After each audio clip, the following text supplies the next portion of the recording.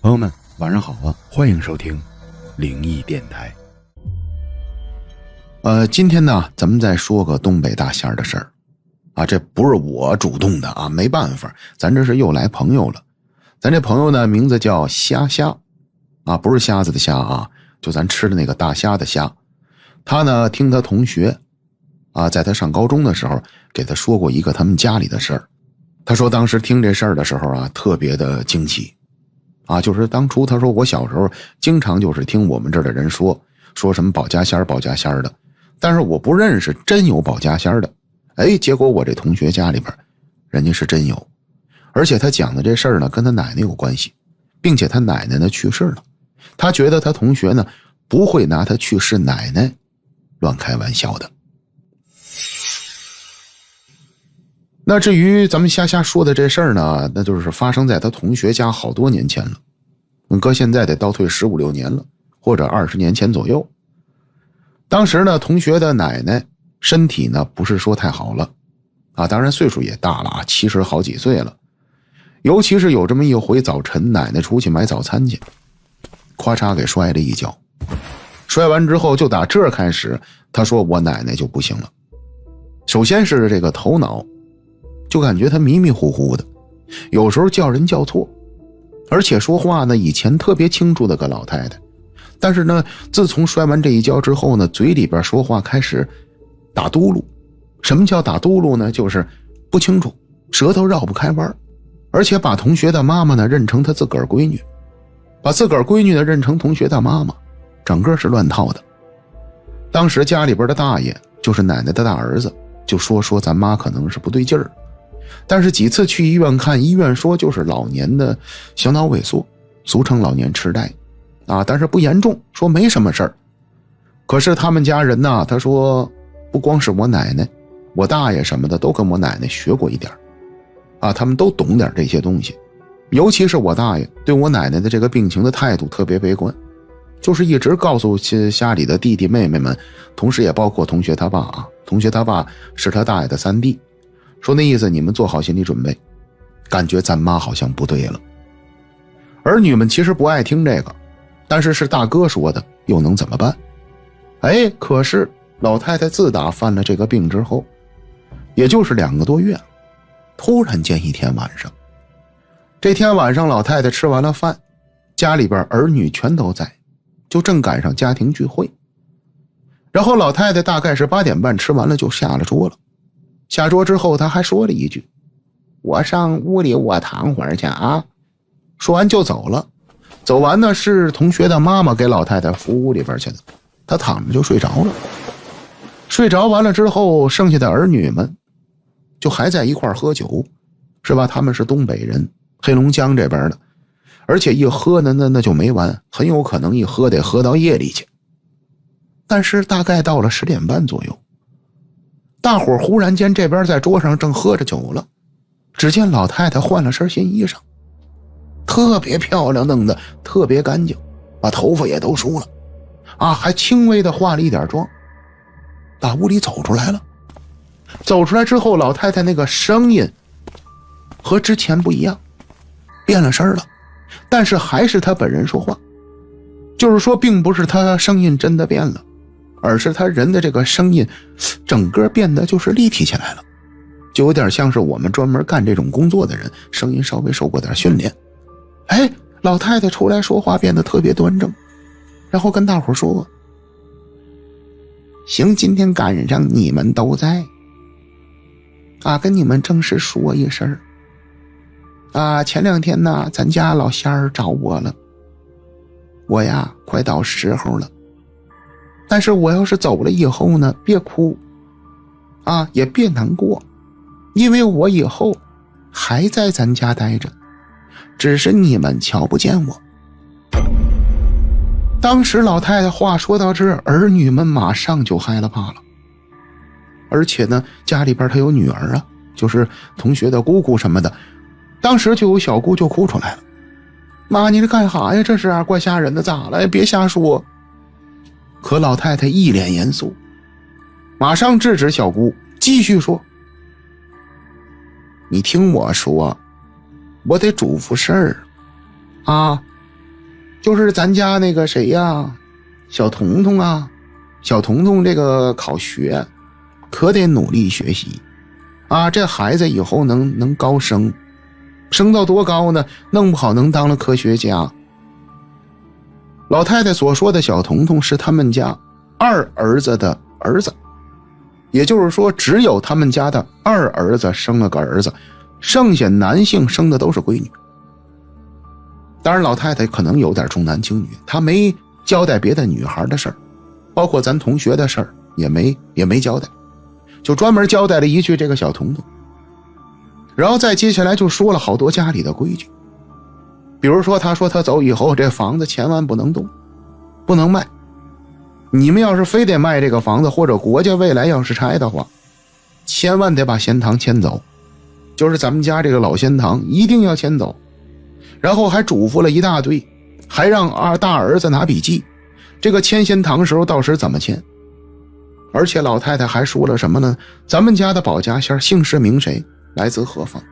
啊？原来他们家的老仙呢是黄家仙啊，姓氏名谁这我不敢说，我就不说了。其实咱这个瞎给我写出来了啊，这我真不敢在节目里边乱说，说完人找不来麻烦了啊！而且还说了一下挨个他们家这一堂子老仙各自的名号全都报出来了。虽然呢就是说他们家那个在堂子上面都写着这些老仙的，但是他们家儿女不认识。老太太还给各自的介绍了一下这各位老仙都是干什么的。还有就是嘱咐大家伙以后逢年过节一定得给老太太包韭菜鸡蛋，里边还得带点虾仁的饺子。还有就是抽的那个烟必须得是华子。我跟您说啊，这个东北人特认这个华子它是有关系的啊，也就是说它这里边是有一定讲究的，说白了就是有起。当然华子也是好烟啊，这个确实是，但是呢东北人这边特别认这个，他们甚至来说什么事儿啊梗都是用这个华子，它都是有缘由的。还有就是酒必须得是当地高度的一种酒，这我也不能说，后来我怕我说完您买着喝去了，对吧？万一买着假的我就不说了。然后呢还颠拍了好多事儿。当时老太太这一通说，大伙不敢说话，只能听着。但听到最后慢慢的老太太就说完了。说完了，儿女一看这个行吗？您快睡去吧，是吧？就这意思，您快睡去吧，别闹了。因为老太太她这会儿她多少是有点老年痴呆啊。儿女们当时呢，你说不当真吗？她也当真，肯定是当真的。但是这几个儿女的性格也不相同，除了老大特别当真，剩下的儿女都觉得这是老年痴呆造成的。还有就是他妈打年轻的时候就弄这些东西。不过老大特别悲观，就是同学他大爷当天晚上就下号令了，说今天晚上咱都别走了，守着吧。老太太很难过今天晚上。结果果不其然，这一晚上几乎每隔20分钟他女儿就推房进去看看老太太去，因为老太太搁屋里边睡觉啊。结果到夜里边3点多钟，连一点动静都没有，老太太驾鹤西游了。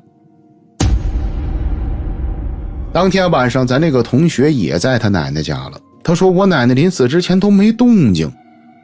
就说我姑啊可能隔了个10多分钟进屋偷着看一眼，我奶奶还喘着气儿了，再隔一会儿再进去看我奶奶就没了。结果当天晚上全家就闹开了，赶快给老太太举办后事。可是在办后事的时候，我的妈哟，这同学说奶奶的后事办到第3天，到第3天的时候大概是晚上11点多钟的时候，要不然就是10点来钟，他们那儿讲究叫送路，就是家里边的排成一个长队，抱着老太太照片还有老太太的遗物什么的，把老太太送到十字路口送走，然后在十字路口呢得把老太太的一些遗物什么的烧掉，这是当地民俗。可是就送路这天晚上，全家啊，我说的是全家，只要是他们家血脉的这些人甚至包括个别的几个跟老太太特别亲近的直男妄女，全瞧见老太太了。而且老太太不是一个人，跟着3、4个，这3、4个人都穿着古装，一个个长得就跟神仙似的，一个个长得贼漂亮，贼白贼干净，里边有男的有女的，但是离着他们老远的，站在他们当时给老太太烧东西这十字路口，起码得20、30米的一棵树下。当时是老太太大儿发现的，他大儿发现完之后呢，他不说，但是你不说不行，家里亲戚也有能看见的。结果他大儿发现旁边有亲戚也瞧见了，马上他大儿就控制局面了。大伙儿别慌啊，咱妈这回来看咱来了，跟咱再见最后一面，别慌啊，别闹，没有必要，这是咱妈啊，就算是个鬼是啥的话也不会害咱，别慌。老大当时把局面撑住了，我跟您说，要不然的话，同学说我们家那天晚上就乱套了，吓坏了。那后来这堂老仙儿就由他大爷带着了，然后他大爷每逢初一15都上香啊，就是给老仙儿上供。同时大爷经常包韭菜馅儿，加鸡蛋，里边还得加虾仁的饺子。可是他们家人也是奇怪，这小子一直也不知道是给谁包的，因为老太太生前她不吃这个馅儿，老太太爱吃酸菜的，她很少吃韭菜，吃完烧心。可是这是老太太嘱咐下来的，所以只能这么干。但是他大爷有一辙，他大爷不会看事儿，所以呢，这同学家的东西就是断了。估计这堂的老仙儿以后就成了他们家的内门保家仙儿了。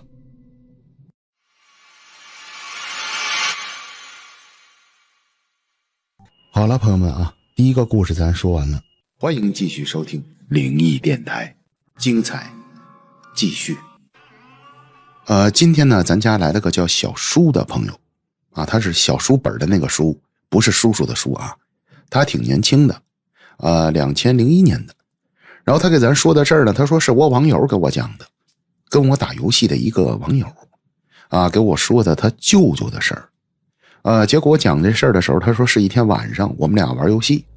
玩那个王者荣耀，他拿手机呢跟我语音啊给我说的。不过呢，我看了一下小叔说的这东西啊，他这事儿其实挺虚无缥缈的啊，我提前得通知您，就是说他并没有说看见什么实事儿，但是这事儿不能琢磨，越琢磨越吓人。好啦，朋友们啊，马上我给您说小叔说的这件事儿。小叔认识的这个网友呢是四川的，这网友呢其实他个人没有什么特殊的，但是呢他有个大舅，他这个舅舅呢等于是他妈妈的大哥。然后在他呢10岁不到的时候，可能也就7、8岁时，他大舅给死了。而且死到什么地步呢？我跟您说啊，他大舅葬礼他妈不让去，不让他去。按说这个长辈出这种问题的话，家里边应该是带着他去的，而且他大舅生前挺疼他的，可是他妈不让去。至于为什么不让去呢？他说至今这事儿也不能说明白了，因为他的妈妈、姨还有别的舅舅，再加上外公外婆都不能提大舅的事儿，一提家里人就哭。所以说他说我也没法问。但是他所知道的，大舅的死是非常惨的，说是把大舅烧的还剩一点点，那么也就是说他大舅是死于火难的。太具体的细节呢，他说他不知道，家里人不让提这事儿，就是关于大舅是怎么死的啊，家里不让说。但是大致他知道，他说大舅是开车，开单位的车，结果车给撞在什么树上了也不是，然后车给自燃了，把大舅就烧死在车里了。人找出来的时候都干了，还剩不点儿啊，一点小个儿。然后他们家呢就对于大舅的死打击是非常大的，外公外婆呀一夜之间就白了头发。因为大舅死的时候才20多岁，外公外婆岁数本来不大呀，但尤其说是外公一夜就白了头。还有就是外公从大舅死到大舅出殡的最后一天，外公没哭哭不出来。那种心痛他不是拿哭能表达的，是直到大舅最后举行那告别仪式时，外公才哭了，而且当场就哭昏过去了。可想而知大舅的这个去世对他们家的影响是非常严重的。但是呢，他说我们家呢就落下来一个什么习俗呢，就是我外公外婆这边不是我奶奶爷爷这边，就落下来一个，就是一到了过年过节，比如说咱国庆节呀中秋节呀春节呀，我外公外婆这边呢家里就会摆一个碗筷，这个碗筷就是给我大舅的，谁也不能动也得在桌上放一把椅子，但是这个椅子是空着的，谁也不能坐。然后小叔的这个网友呢，他的弟弟妹妹可能有人动过这种碗筷，在吃饭的时候就是动过大舅的这副碗筷，外公当时就急，平时特别温柔的外公马上就翻脸不让动，因为那是他大儿子。可是这个他们家的传统吧，也算是他们家的一个祭奠大舅的习惯吧，只进行到了咱们这个小网友他的15、16岁，也就是说大舅是在他8、9岁死的，到15、16岁之前，只要一过节就给大舅摆碗筷摆椅子进行到了他15、16岁，等于进行了7、8年。可后来忽然间的一年就不摆了，而且是外公和外婆不让摆的。那您知道是为什么吗？没错，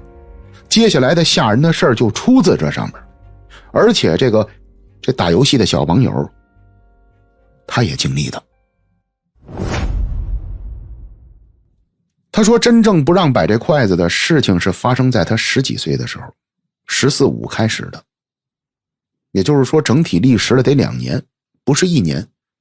他说打14、15开始，有一年中秋，我记得特别清楚，我们全家在外公外婆那儿聚会吃饭。因为我的爷爷奶奶是乡下的，我们很少回爷爷奶奶家，我妈呢是成都这边城市的，我爸等于娶完我妈之后呢，大量的就是一过了节日就会跟我妈回外公外婆家。然后呢这次吃饭呢，他说全家都来了，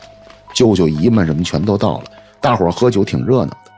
而且把大舅的那个碗筷椅子都摆好了，一直在那儿空着。可是吃到晚上10点多钟，酒局要散了，就几乎就是大伙儿喝的差不多了，已经呢奶奶还有姨们呢已经开始收拾桌子了。结果这时候是外公说的，说这怎么有股糊味呢？怎么锅没有关呢？然后外公这么一说，外婆马上出去就看火，结果到厨房一看，火是灭着的，并没有开着。然后与此同时，家里人就全都闻见一股糊味就是全都闻见。这时候呢，咱们这个玩游戏的小网友他说我也闻得见一股特别浓的糊味。然后外公呢对于火比较敏感，因为他儿子是让火烧死的，马上外公就怀疑是不是邻居家着火了，就扒窗户往外边瞧，可是外边一点动静都没有，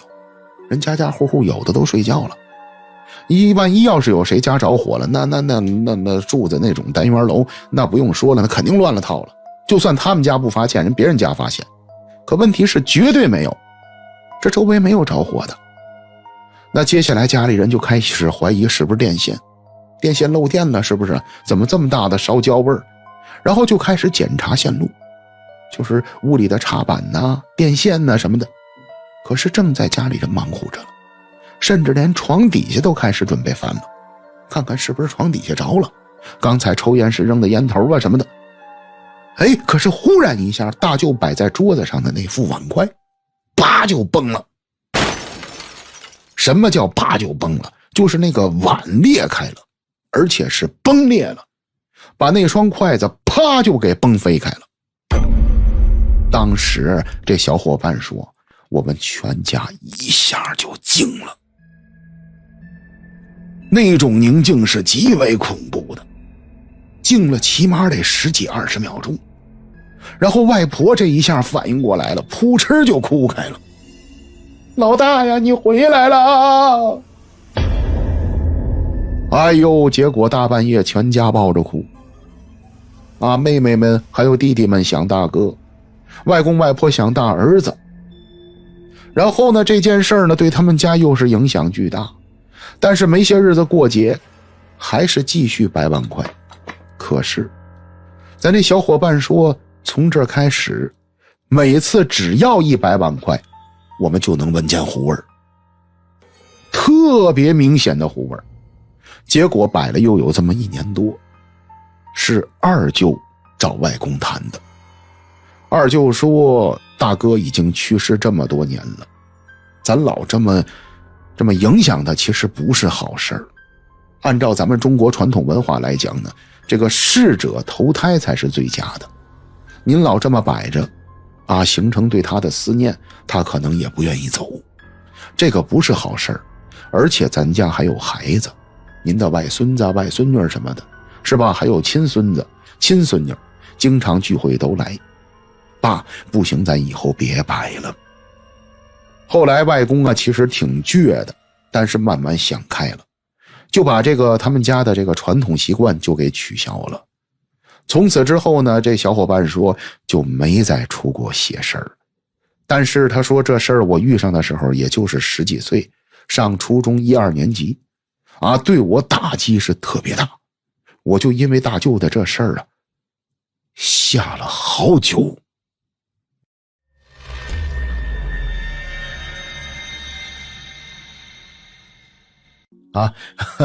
行了，接下来马上给您说他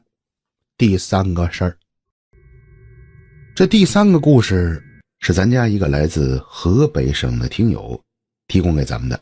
这小姐姐呢叫河北会蹦的炒米粉。那炒米粉今天给咱带来的故事呢，是前几年她当仓库管理员的时候遇到的一件事儿。这件事儿让炒米粉不但把工作辞了，并且到今天为止他都不知道自己到底遇到的是什么事儿。因为这事儿它不只是邪门，并且还特别的离奇。那咱接下来我就给您说他这故事。炒米粉的故事发生在好多年前，那会儿呢他刚步入社会，天天忙于找工作。一开始本来是想找自己呢和自己所学专业工作相关的这些工作种类的，但是找着找着发现自己所学的相关工作这个收入不是说太高，所以马上自己呢就扩大了视野，想看看有没有别的工作。结果找了半天，炒米粉在网上发现了一家公司正在招聘。招聘的这个工作呢是仓库管理员。虽然呢这管理员上班的工作地点稍微有点远，在城市近郊边上，但是当时人给出的这个条件待遇，上班时间也包括资薪，一下子就把咱们家炒米粉给吸引住了。炒米粉当时说，我就觉得他给的这价，这是管理员吗？这是骗子吧？一个仓库管理员在那个年代就能给到6、7千块钱，这有点骗人吧？而且我看样子什么都不用干，就是上这儿住着去，上这儿待着去，这有点太奇怪了。所以抱着这种想法，炒米粉就联系了对方公司。没想到对方特别热情，就叫炒米粉到那儿应聘去了。由于炒米粉的外形看起来比较高大俊朗，再加上又年轻，当时应聘的时候呢，人家对方老板就特别愿意把他留下来，并且当面还跟炒米粉说，兄弟，你要是能留下好好干，你这又年轻，我仓库那边看的都是洋酒红酒什么的，没什么危险性的，你要说能留下来，咱们常年的这么做下去后边工资咱还能商量。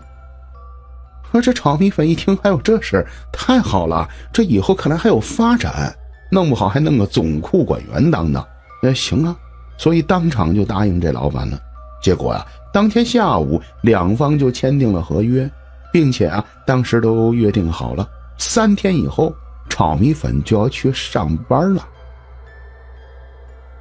但是本来以为这工作没什么的炒米粉，赶等上班之后，他发现这工作还是有一定压力的。老板的仓库里边放的全是高端的红酒和洋酒，哪瓶拿出来都能顶上炒米粉半个月的工资。所以说这个仓库管理员责任还是重大的，那既然拿了人家这么多钱，打心里边炒米粉就觉着一定得给人家好好干，所以打第一天上班的时候，炒米粉就特别的认真。不过也没有这么难，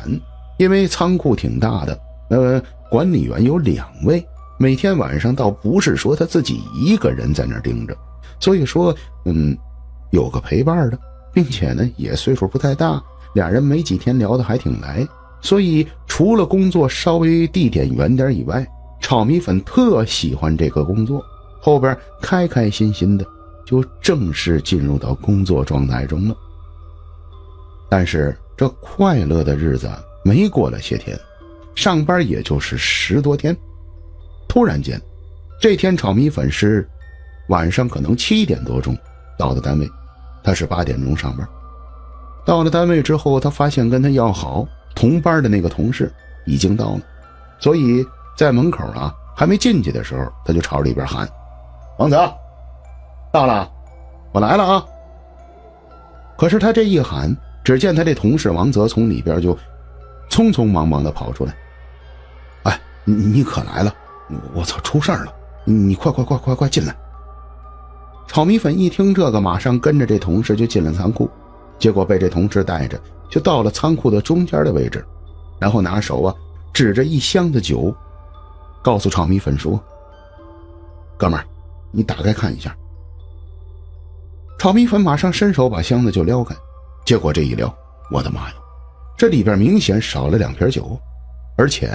这是特别贵的红酒，并且这箱子也很明显被人动过，所以马上炒米粉就问他这同事：哎，谁动酒了？怎么少2瓶？同事听完2个眼珠子瞪得特圆，回答炒米粉：我也不知道啊，昨天一直到现在就没人来拿过货，仓库一直锁着，晚上守完了咱俩走了之后一直这么放着，没有人进来过，我刚才开门的时候锁头也没有人动过，全是没问题的，上面窗子都是关着的，这怎么回事？炒米粉一听完马上回答：坏了，看来丢东西了，这可麻烦了，这酒还是特别贵的，要不咱俩调监控去吧。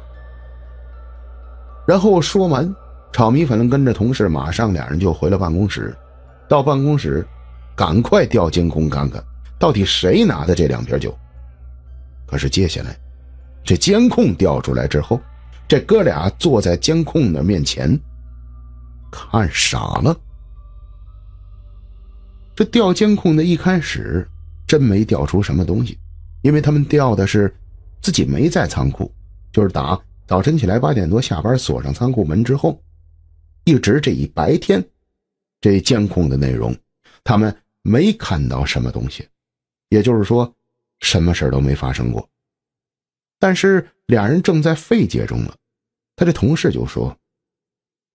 要不咱把昨天晚上咱们守着这儿的监控调出来看看，昨天晚上咱俩说实话还真没注意仓库里边的东西。然后炒米粉马上就把昨天晚上俩人在这上班时的监控给调出来了，结果他们这一调坏了，只见这监控播放到夜里边2点半左右，他们仓库里浩浩荡荡的走进来一大堆人，这人得有10多个，有老婆，有老头，有小孩，有年轻的，有岁数小的，有岁数大的，10好几个人身上穿的古古怪怪，花花绿绿，从监控的镜头中就这么出现在仓库里了。而且这10几个人是分散的进来的，进到他们仓库之后开始四处乱扒乱看，然后扒了有这么一会儿，其中的一个老太太打仓库左脚的位置一个货架子后边，当时监控是照不到她的，但是能看见她打后边拿出了2瓶酒来，这2瓶酒正是丢的那2瓶。可是这老太太并没有把这2瓶酒拿走，而是把好几个人叫过来，围成一个小圈，在那儿絮絮叨叨的说这2瓶酒。结果说着说着，其中一个个子较小的年轻男人把这酒抢过来，一下给打开了。打开完了之后，就在这一刻，监控从左边又走过来2个人。这2个人可是重点，一下子把咱那个炒米粉和他同事吓疯了。因为监控上走过来的这俩人呢，是他们俩，长得跟他们俩一模一样，头发、头型、身高、胖瘦完全是一样的，只是穿着一套他们俩从来没穿过的衣裳。俩人当时看到这一步的时候就懵了，哎，这不我吗？对呀，这好像也是我呀。咱俩昨天晚上。俩人这会儿瞬间进入到了一个迷幻的状态，都不知道该怎么说了，完全心里边包括头脑里混乱了。然后把这个监控俩人又倒回去看了10遍左右。当时监控上显示的这2个人就是他俩。可是他俩昨天晚上3点来钟不到就睡着了，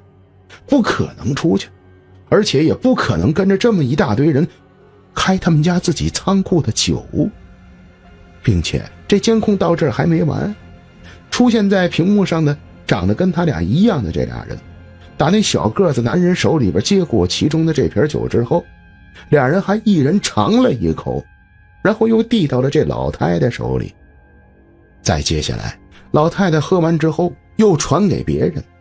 然后就是这2瓶酒在几个人手里边开始传饮，饮了得有个2、3轮吧。这2瓶酒显然这些人都给喝光了，但是喝光之后，这些人包括那2个长得跟他们一样的人，又围成了一个小圈，然后几个人在那儿手舞足蹈的说话。当时你要说他们是像是跳舞，也有点像，但又没到跳舞的这个地步。不过能看得出来，这些人非常的开心，好像这个酒的效果对他们来讲非常的刺激。然后这时候这俩人可就懵了，我的妈哟，这怎么回事啊？这是炒米粉的那个朋友说的。炒米粉在边上这会儿已经都说不出话来了，全身发凉，身上的鸡皮疙瘩一层一层的突的冒，可能憋了得有好几10秒钟，才跟这同事说，哥们儿，咱们这儿不会闹鬼吧？你不觉着咱们这工资待遇都不对劲儿吗？你说咱俩是不是找了一个这种工作呀？这由于这哥们儿比炒米粉多来这上了20多天班，马上就回答炒米粉说，我操，我也不知道啊，我比你早来20多天，但是你要这么一说的话，就他这工资待遇就往下再降40%，就搁这后边村里边找，闭着眼找人，他何则到网上找咱们呢？哎呀，是不对啊，这仓库别再闹鬼吧。您看看这小子说法跟炒米粉一样，俩人一下就说到一块儿去了。可是这能怎么着啊？没办法啊，你现在撂挑子走人嘛，所以后边的工作还得干。俩人还是硬着头皮在这仓库又守了一夜。一夜过后，等到了早晨起来，俩人商量了一番呢，决定给老板打电话，说实际的情况，就告老板说丢了酒了，而且呢，希望老板能过来一趟，看看这个仓库的监控来。因为你不看监控，就单凭刚才监控发生的事儿，你拿嘴给老板讲，老板指定认为你是疯了。可是这电话打过去，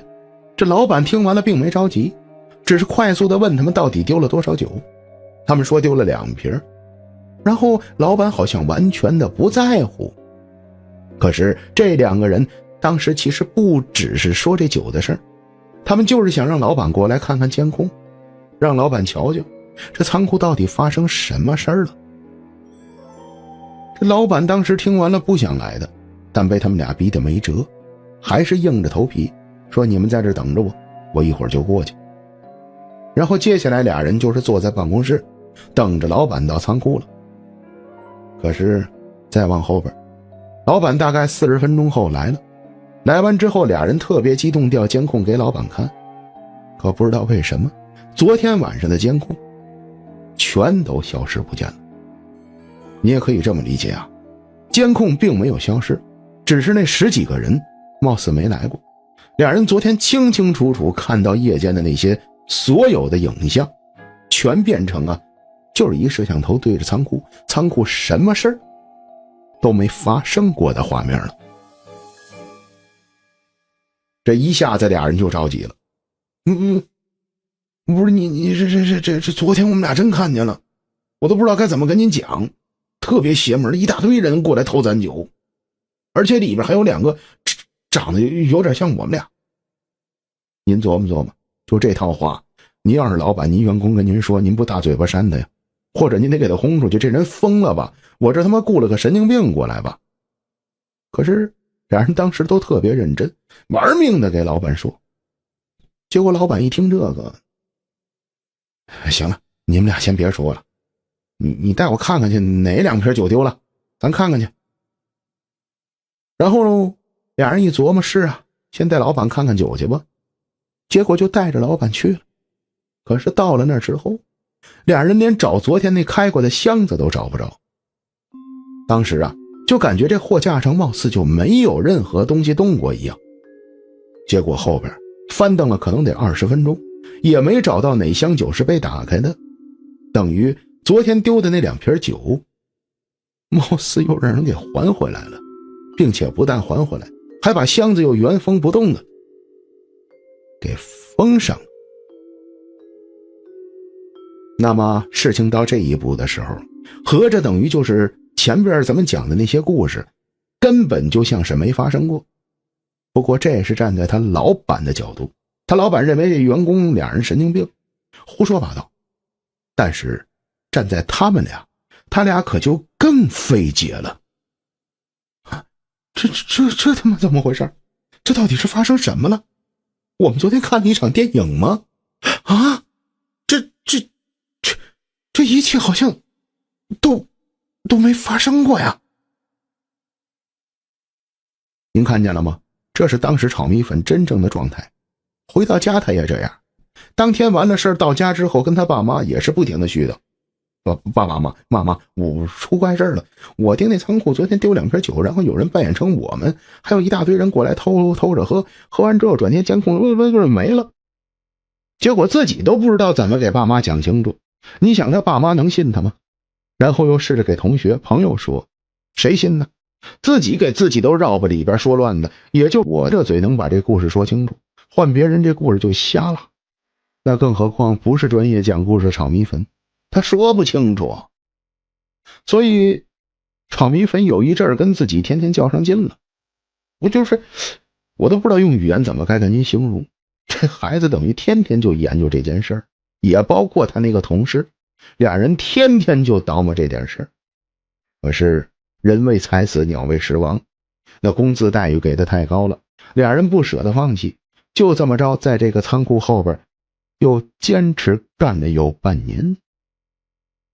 但是在这半年中时不时的还是发生怪事。到了后边，炒米粉实在精神上顶不住了，还是把这工作给辞了。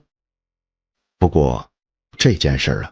炒米粉讲给过身边所有的朋友，所有的亲戚，没有一个人信他，也没有一个人理解他的。然后再接下来就是前些日子了，炒米粉无意中听到了咱们家的节目，问自己鼓了半天的勇气，才把这故事分享给咱们的。好了，朋友们，故事说完了。这故事是个谜团谁要是对内容里边有什么看法想法，或者您能给解释一下，就是那些人是谁，还有那2个长得跟他们一模一样的人是谁，您别忘了在下方留言。好了，朋友们欢迎继续收听灵异电台，精彩继续。今天咱家来了个在泰国上班的小姐姐，这小姐姐呢叫 Yancy，然后他呢，在太行上班，当然具体是哪家太行咱不能说。他呢是空乘人员，就是咱们俗称的空中小姐。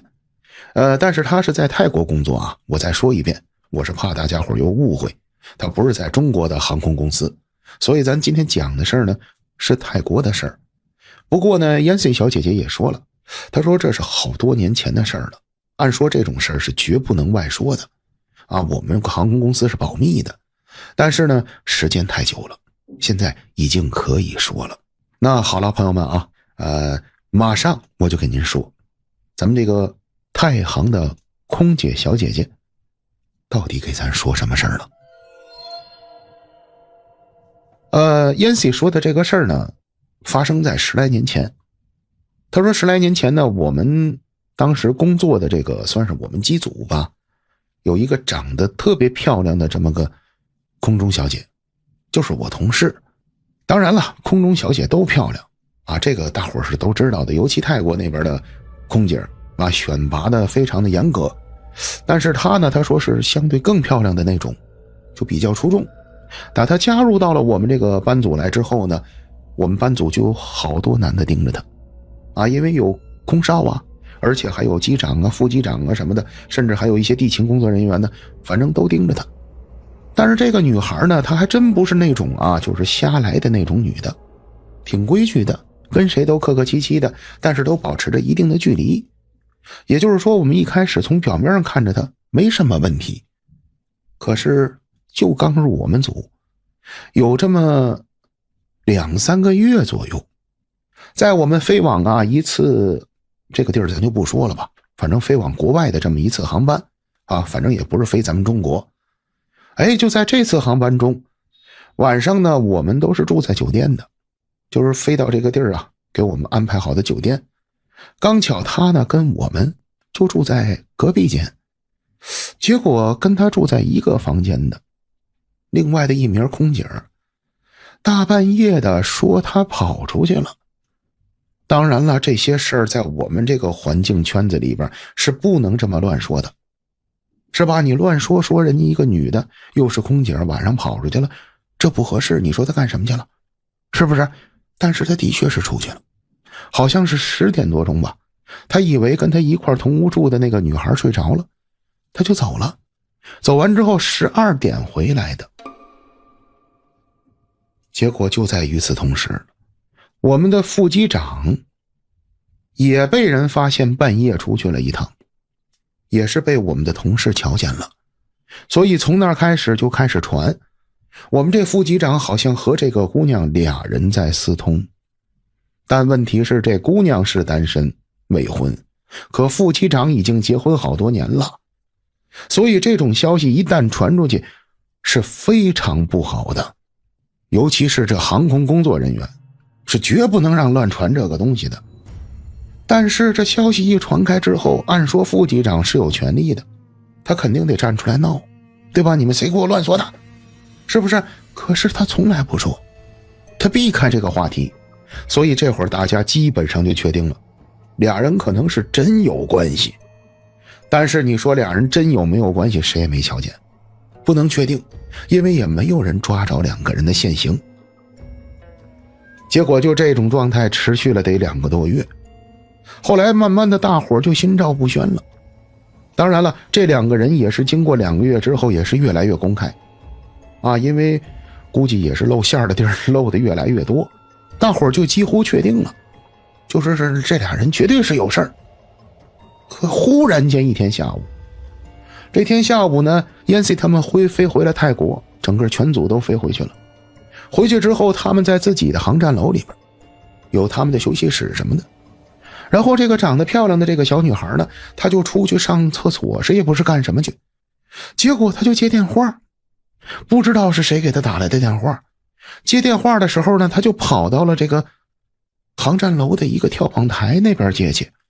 可能那边比较安静，而且是能够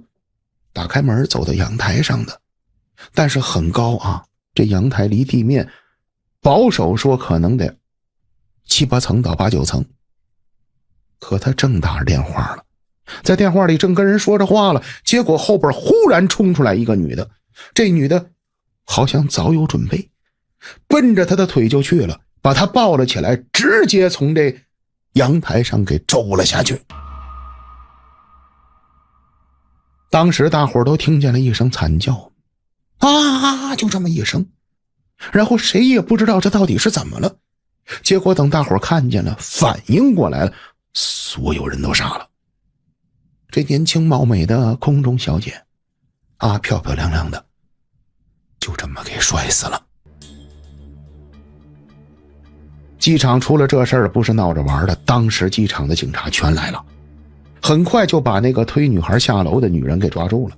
结果这一抓住，我的个妈哟，原来这女的是副机长的老婆。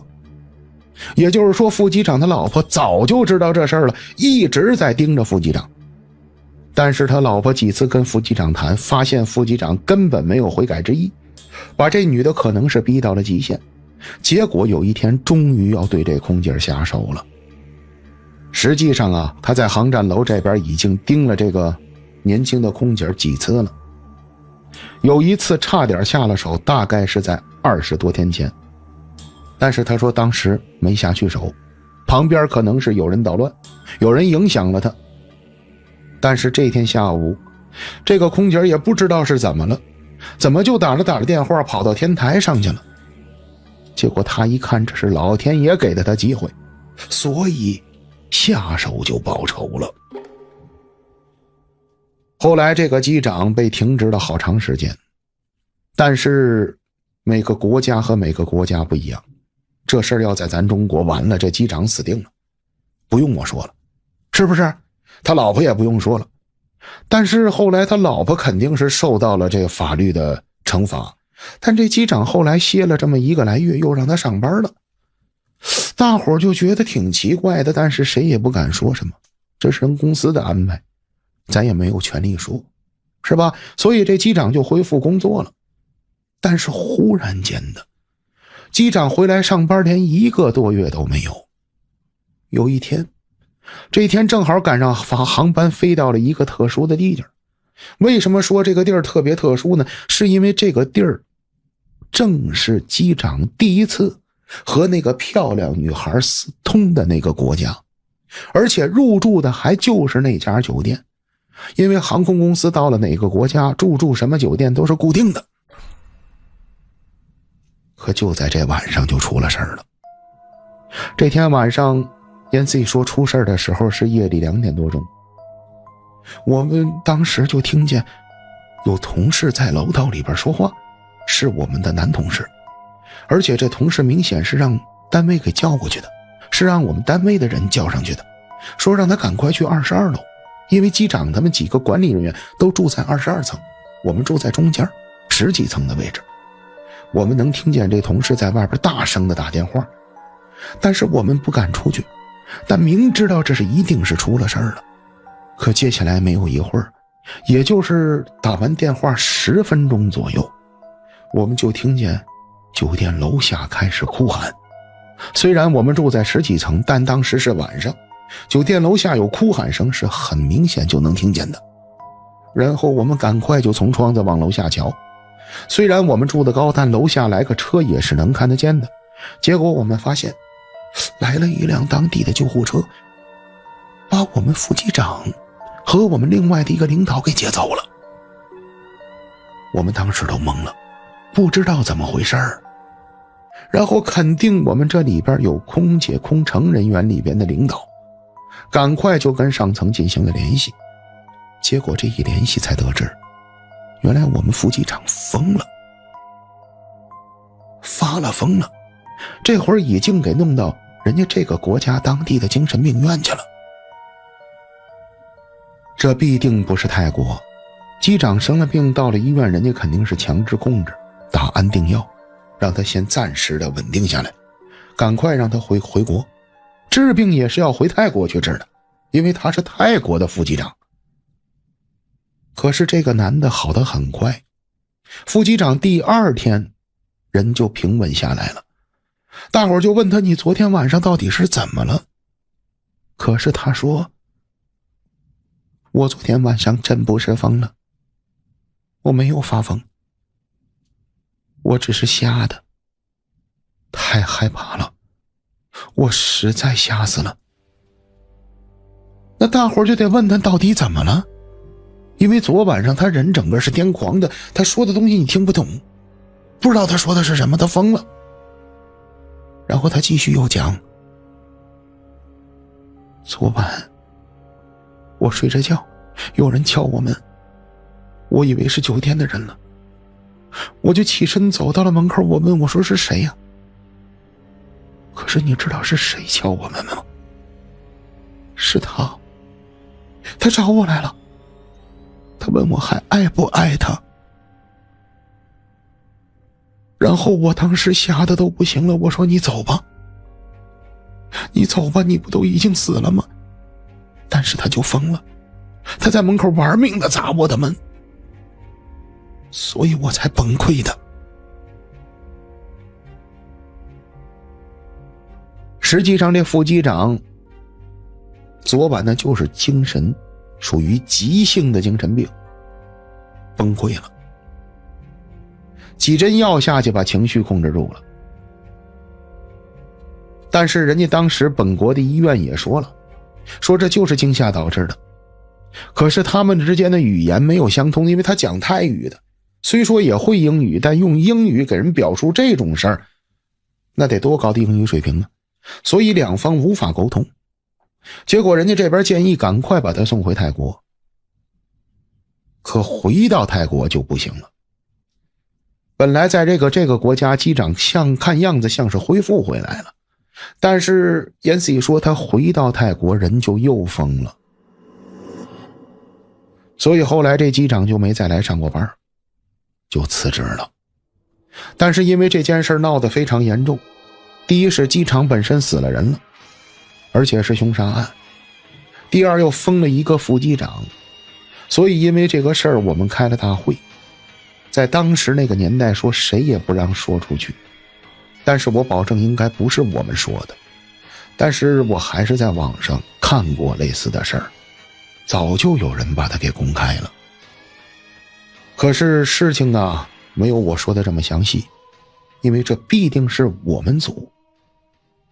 当时出的事儿。好了，朋友们，咱今天的段子咱就说到这儿了。朋友们，明天的节目更加精彩，咱们明天晚上再见。